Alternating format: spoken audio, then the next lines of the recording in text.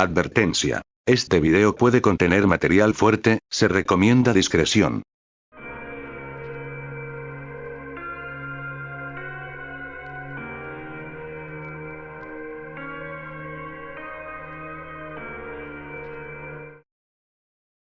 En Barranquilla, como en muchas partes de Colombia, suelen ocurrir atracos por parte de bandas delincuenciales.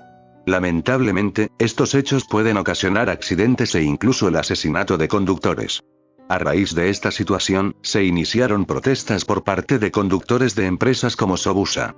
Hoy en día, los atracos se han reducido en Barranquilla y en otras ciudades gracias a la intervención de la policía para prevenir estos problemas.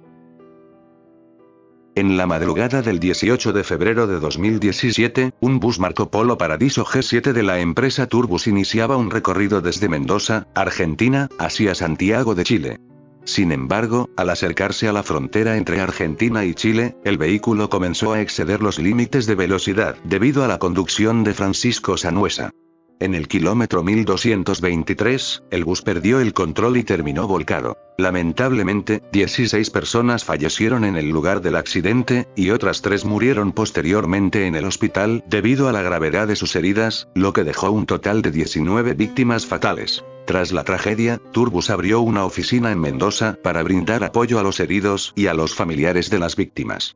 Un año después, Francisco Sanuesa fue condenado a 21 años de prisión por los delitos de homicidio simple con dolo eventual y lesiones gravísimas, graves y leves.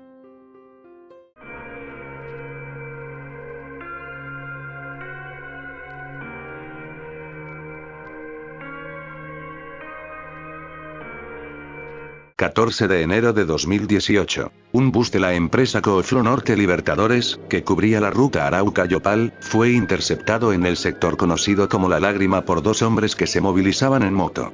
Estos detuvieron la unidad 990, obligaron a los pasajeros y a los conductores a descender del vehículo, y posteriormente le prendieron fuego hasta que se consumió por completo. Este acto fue atribuido a las guerrillas del ELN, Ejército de Liberación Nacional. Sin embargo, no era la primera vez que el ELN y otros grupos armados en Colombia atentaban contra buses y empresas de transporte.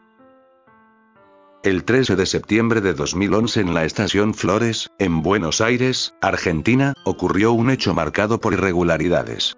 Un bus Metalpar tronador de la línea 92 colisionó con el tren Chapa 3, lo que provocó el descarrilamiento del ferrocarril y el impacto contra otro tren. La causa principal fue que, horas antes, un camión recolector de basura había dañado las barreras de seguridad del paso a nivel.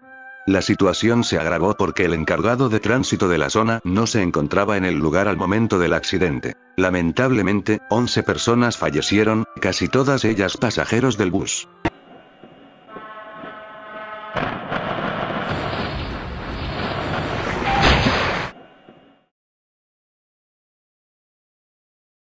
Santiago de Chile.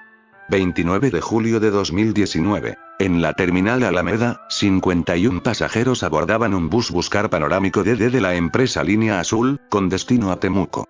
Desde el inicio del viaje, el vehículo circulaba a exceso de velocidad. En la ruta 5 Sur, cerca de San Francisco de Mostazal, región de O'Higgins, el bus sufrió una falla mecánica en un estabilizador de la suspensión, golpeó repetidamente contra un muro y terminó volcado. La tragedia dejó 6 personas fallecidas, entre ellas una niña de 9 años. Las investigaciones revelaron que el bus no podía circular desde 2016, ya que la empresa había utilizado la placa de otro vehículo dado de baja para falsificar los documentos y ponerlo nuevamente en servicio. Este hallazgo destapó múltiples irregularidades en la flota de Línea Azul. El dueño de la empresa, Marcelo Fernández, intentó huir tras ordenarse su captura, pero fue detenido horas después. Tanto él como el mecánico responsable fueron condenados a 5 años de libertad vigilada. La empresa fue suspendida por 5 años, hasta 2024, cuando regresó a operar con una flota renovada, aunque perdiendo varias de sus rutas tradicionales. El 28 de abril de 2004 un bus escolar Chevrolet B60 del Colegio Agustiniano Norte, que transportaba estudiantes hacia sus hogares, fue aplastado por una maquinaria vial en la avenida Suba, Bogotá. Una estabilizadora de asfalto, utilizada para la construcción de la fase 2 de Transmilenio, empezó a desplazarse lentamente hacia el carril contrario, ya que no le habían colocado los frenos de seguridad. La máquina atravesó una baranda y terminó cayendo encima del bus escolar. El saldo fue 21 niños fallecidos. Tras la tragedia se descubrió que la maquinaria no cumplía con los estándares de seguridad ni contaba con señalización adecuada. En 2008, el conductor, el despachador y el director del proyecto fueron condenados a solo 30 meses de prisión.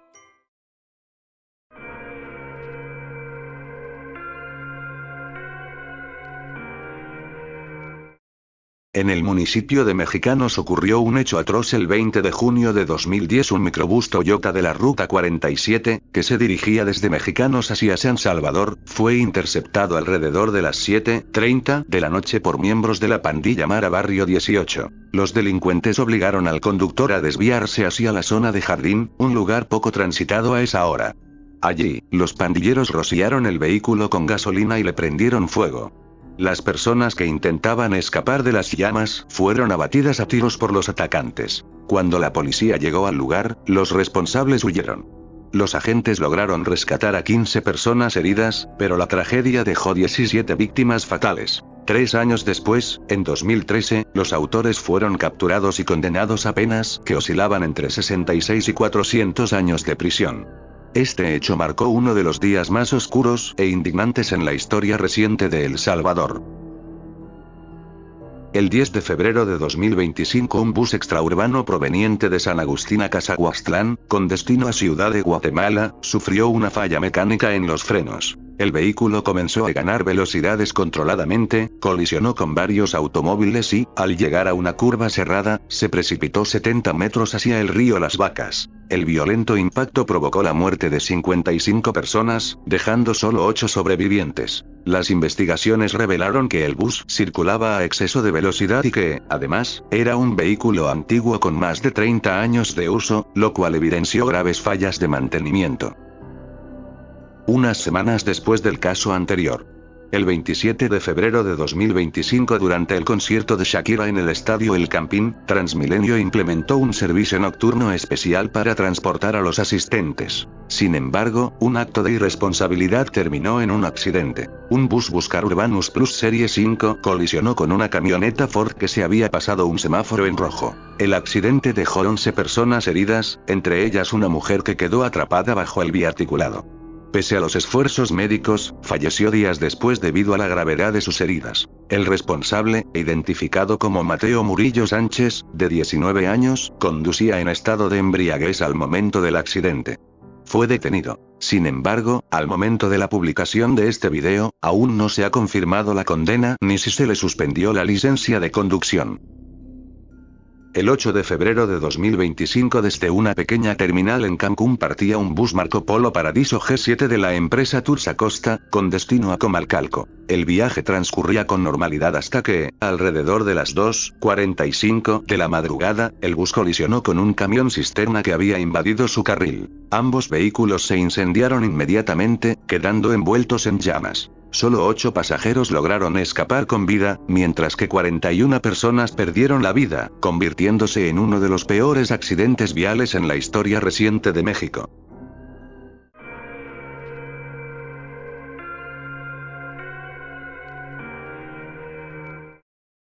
En los primeros días del año nuevo de 2018, el 2 de enero, un bus Comil Campione de la empresa San Martín de Porres partió desde Huacho con destino a Lima. El viaje transcurría con normalidad hasta que, al llegar al serpentín de Pasamayo, conocido como la Curva de la Muerte, un camión invadió el carril contrario y colisionó con el bus.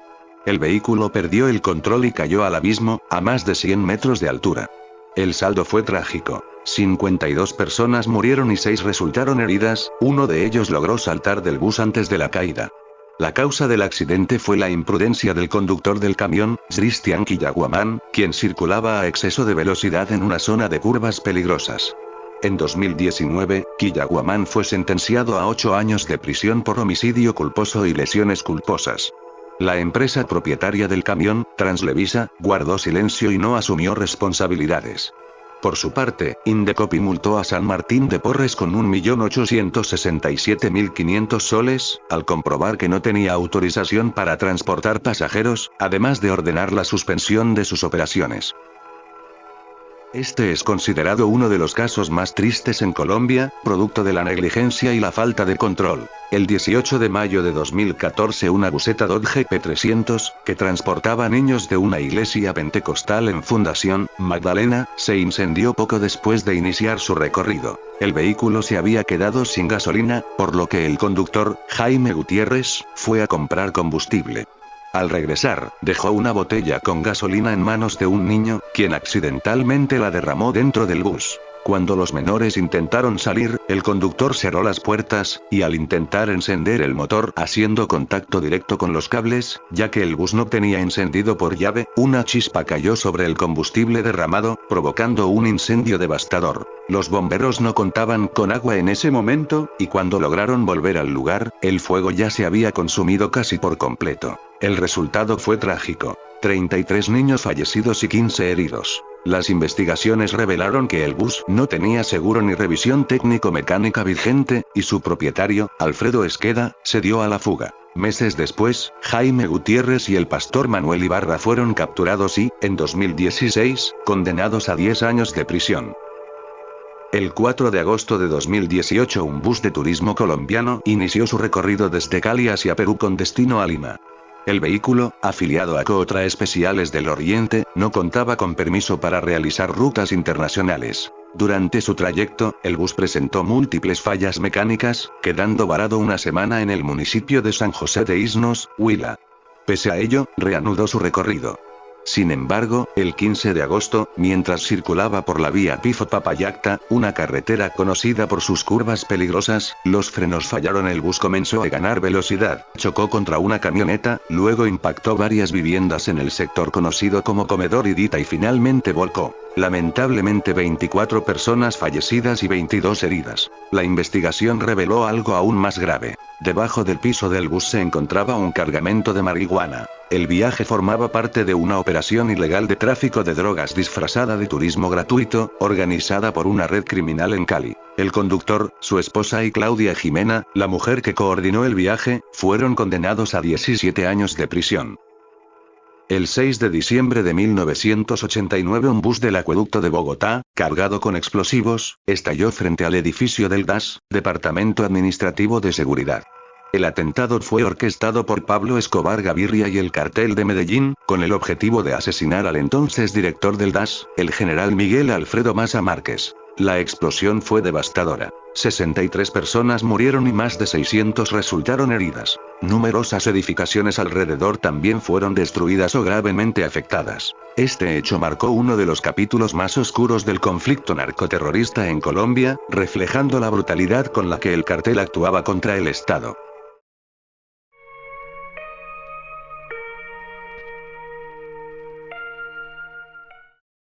El 6 de enero de 1967, un convoy de 57 autobuses de la empresa Batangas Laguna Tallabas Bus Company transportaba a cientos de miembros de una iglesia desde Batangas hacia Ternate, Cavite. Al recorrer una carretera montañosa rumbo a Indán, el noveno bus, la unidad 522, sufrió una falla mecánica en los frenos y colisionó de frente con la unidad 318. Ambos vehículos se precipitaron por un barranco de aproximadamente 300 pies de profundidad cerca del puente Italaró, en Cavite. El desastre dejó 115 personas fallecidas y alrededor de 60 heridas, convirtiéndose en uno de los accidentes más trágicos en la historia del transporte filipino. La investigación determinó que la causa fue una falla en los frenos por falta de mantenimiento.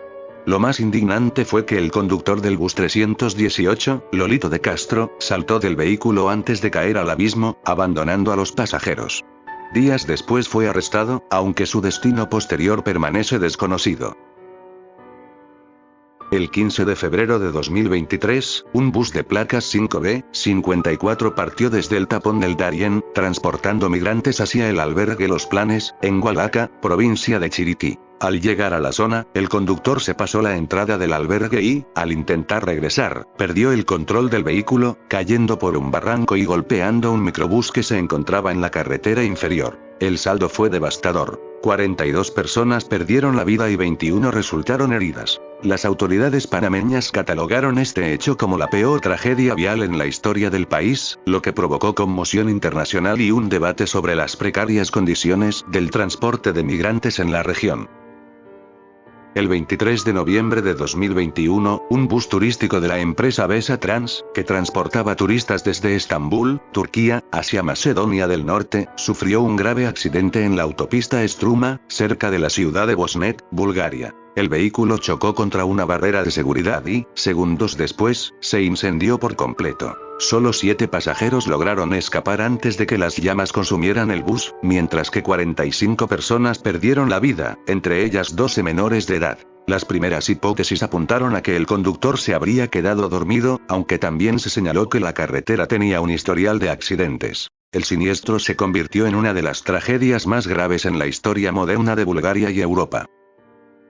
El 23 de agosto de 2010, en el municipio de San Fernando, Tamaulipas, integrantes del cártel de los Zetas interceptaron varios autobuses que transportaban migrantes centroamericanos hacia la frontera con Estados Unidos. Los criminales secuestraron a los pasajeros y los llevaron a un rancho, donde les exigieron unirse a su organización.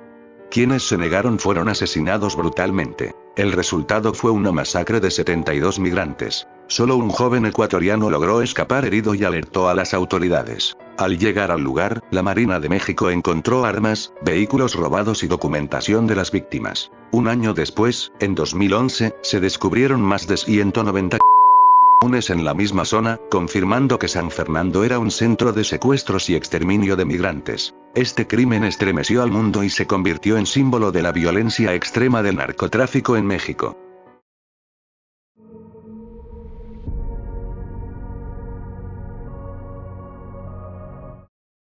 El 23 de agosto de 2010, ocurrió en Manila uno de los sucesos más impactantes en la historia reciente de Filipinas. La crisis del autobús turístico en el Parque Rizal. Rolando Mendoza, un exinspector de policía de 55 años, que había sido despedido por presunta corrupción, secuestró un autobús Mitsubishi Fuso Aero con 25 personas a bordo, la mayoría turistas provenientes de Hong Kong. Mendoza exigía ser reincorporado a la policía, alegando que su despido había sido injusto. Durante más de 12 horas, mantuvo retenidos a los pasajeros. A medida que pasaba el tiempo, la tensión crecía. Alrededor de las 7 p.m., tras la detención de su hermano, también policía, Mendoza perdió el control y abrió fuego contra los rehenes. Cerca de las 9 p.m., las fuerzas especiales irrumpieron en el vehículo y abrieron fuego contra el secuestrador, que murió en el acto. Sin embargo, ya era demasiado tarde. 8 rehenes habían sido asesinados y varios más resultaron heridos. El incidente provocó una crisis diplomática entre Filipinas y Hong Kong, ya que la mayoría de las víctimas eran ciudadanos hongkoneses.